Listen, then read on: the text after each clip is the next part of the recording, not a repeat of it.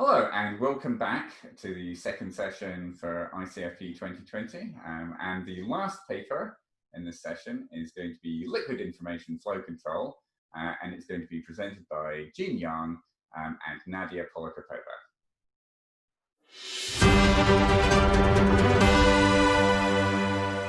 If you're the director of the FBI, you should be able to keep your social media accounts on lockdown. But this turned out not to be the case for former FBI Director James Comey. Journalist Ashley Feinberg discovered Comey's secret Instagram and Twitter simply by sending a follow request to Comey's son's private Instagram. The culprit? A leak in Instagram's suggestions algorithm. This kind of thing affects many more of us than just the Comeys, and it happens more and more every day. Today's software handles a lot of sensitive information subject to complex security policies. Traditionally, programmers enforce these policies by storing policy enforcing code or policy checks throughout the application. It is all too easy to miss a check by mistake, causing a potential information leak.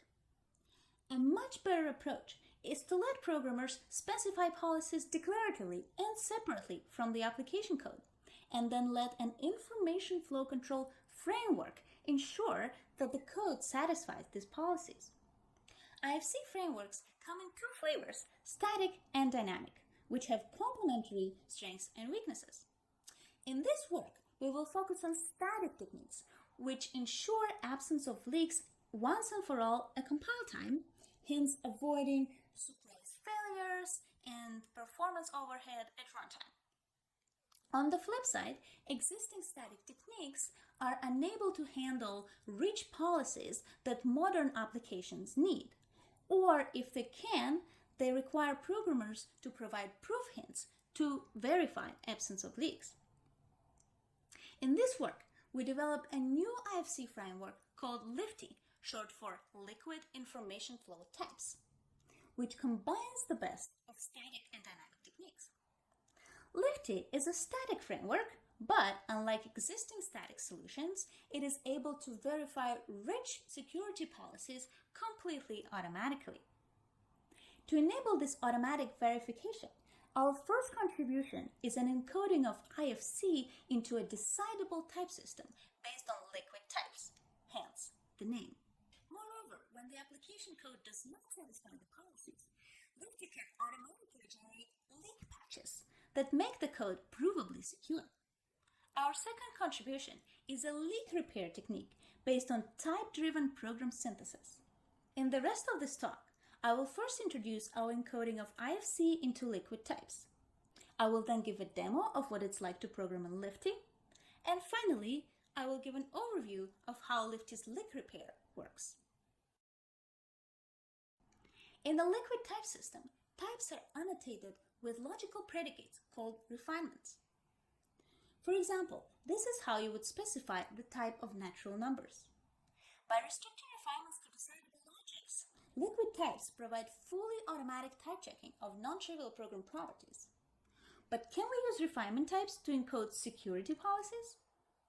To answer this question, we draw inspiration from another line of prior work, security monads.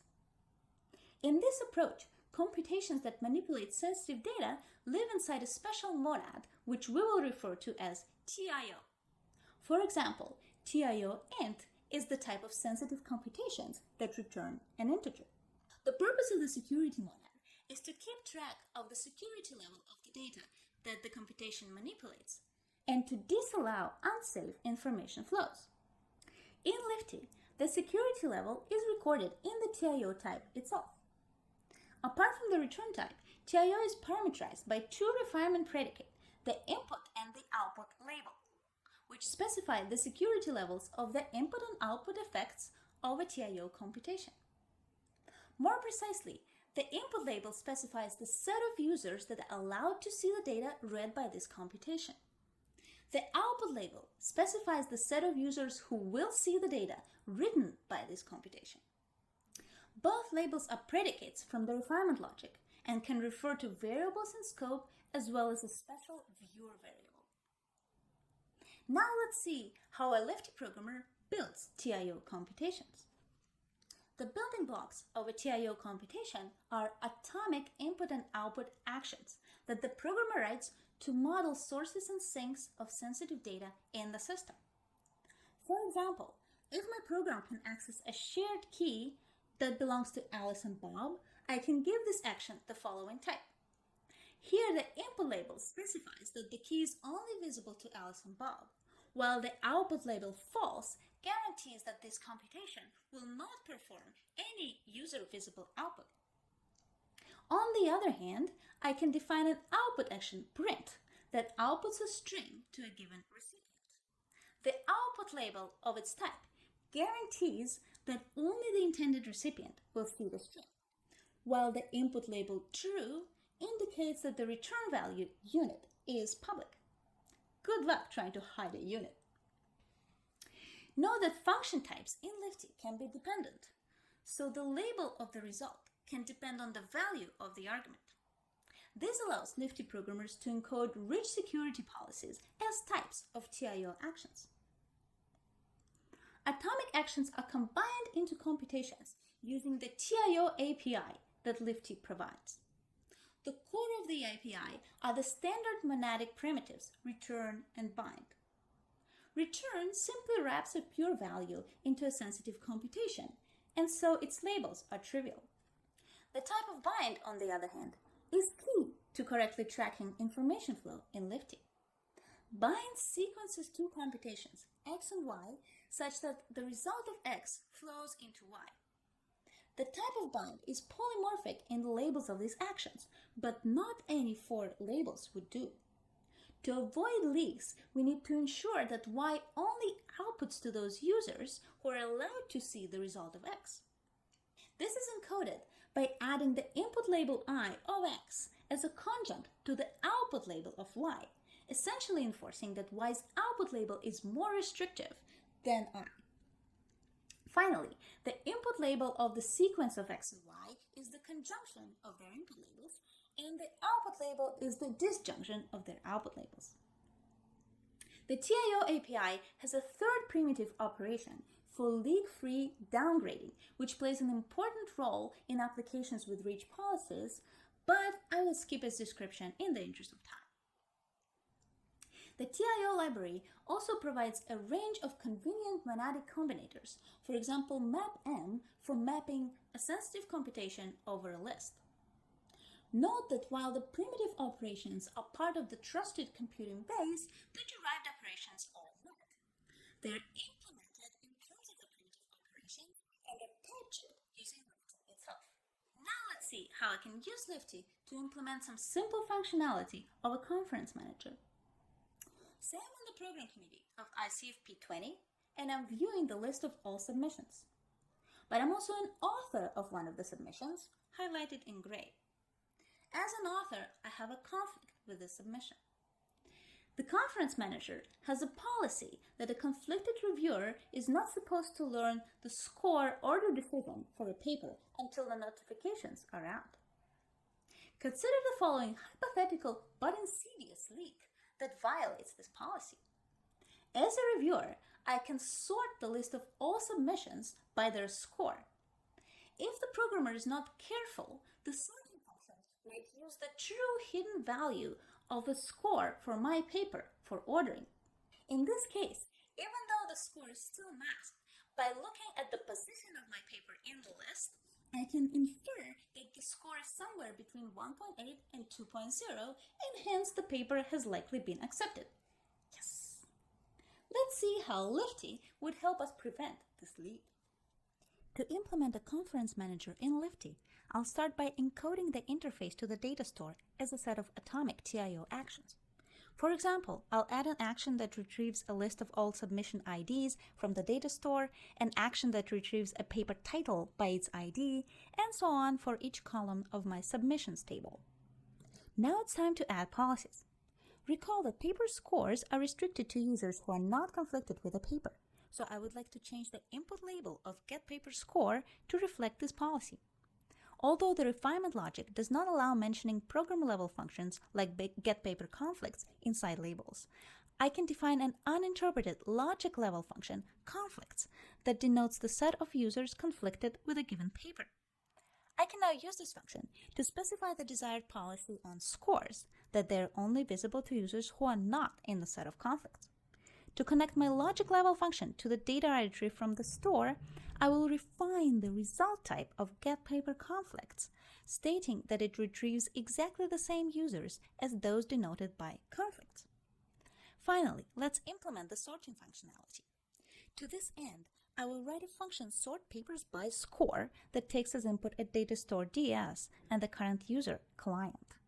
Lifty supports a Haskell-like do notation that desugars into invocations of bind in a standard way.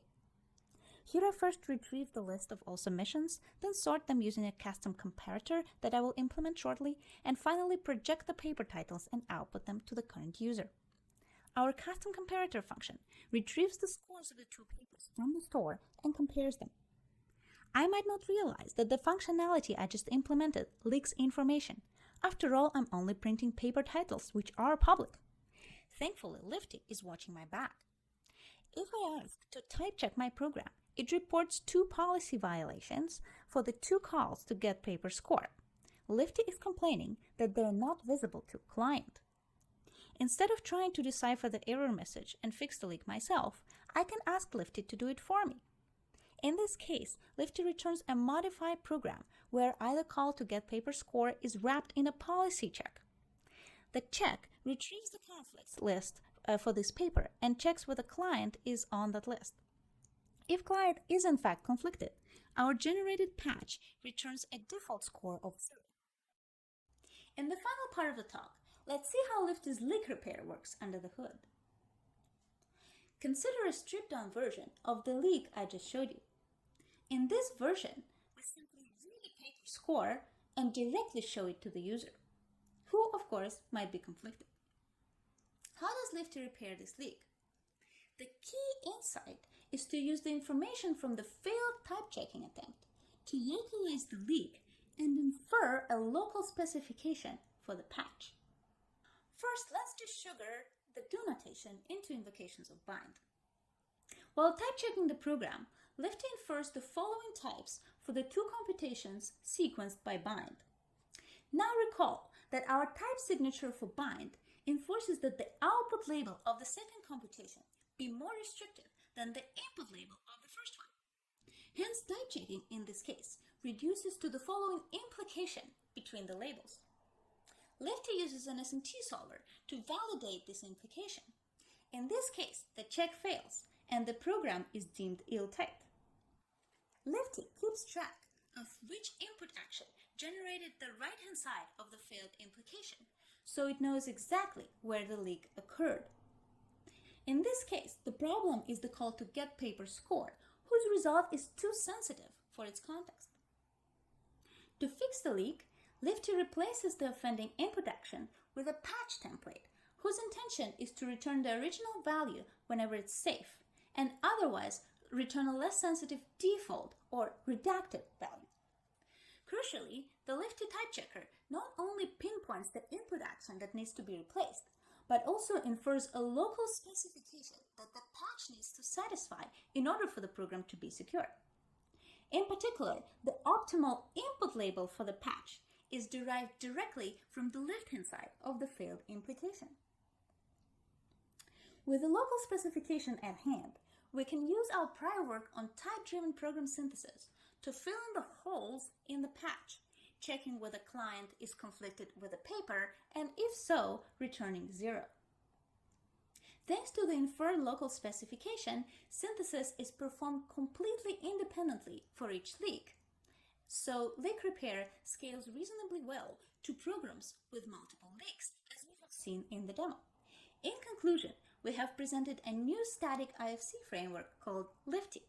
Lifty is able to statically and automatically verify applications against rich security policies and suggest leak patches when the application does not satisfy the policies. You can play with Lifty through a web interface available at this link.